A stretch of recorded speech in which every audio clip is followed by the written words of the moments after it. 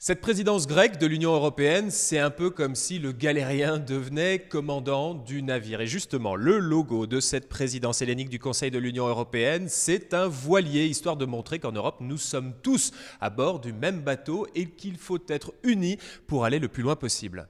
Alors austérité oblige, il y aura un budget limité pour cette présidence, maximum 50 millions d'euros. On est bien loin des 171 millions d'euros de la présidence française en 2008, c'était un record. Alors pour faire des économies, les Grecs par exemple ne vont pas offrir de cadeaux aux délégations ou encore aux journalistes, donc pas de foulard ni de cravate a priori. Quand on voit les cravates offertes par les précédentes présidences, je crois qu'on peut s'en passer. Ce sera donc une présidence spartiate pour les 6 prochains mois.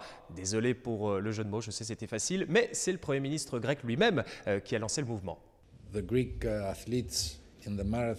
Les athlètes grecs dans ce marathon de la présidence grecque ne montreront aucun signe de fatigue, mais au contraire feront preuve de ténacité, parce que nous avons un but commun.